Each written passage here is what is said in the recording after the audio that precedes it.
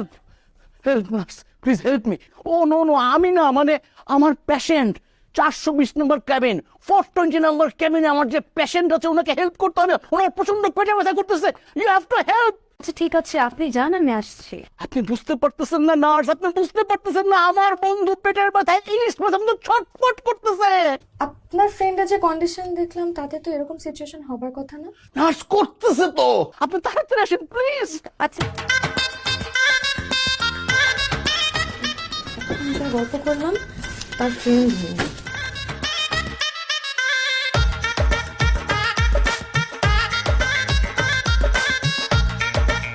তুই গিয়ে কি বলছিস? এখন আসতেছে না? তুই গিয়ে বলিস আমি পেট ব্যথা মরে যাচ্ছি? তো বললাম পেটের প্রচন্ড ব্যথা, ইমার্জেন্সি ব্যাপার। শুধু পেট ব্যথা বলছিস? এই জন্যই আসতে দেরি করতেছে।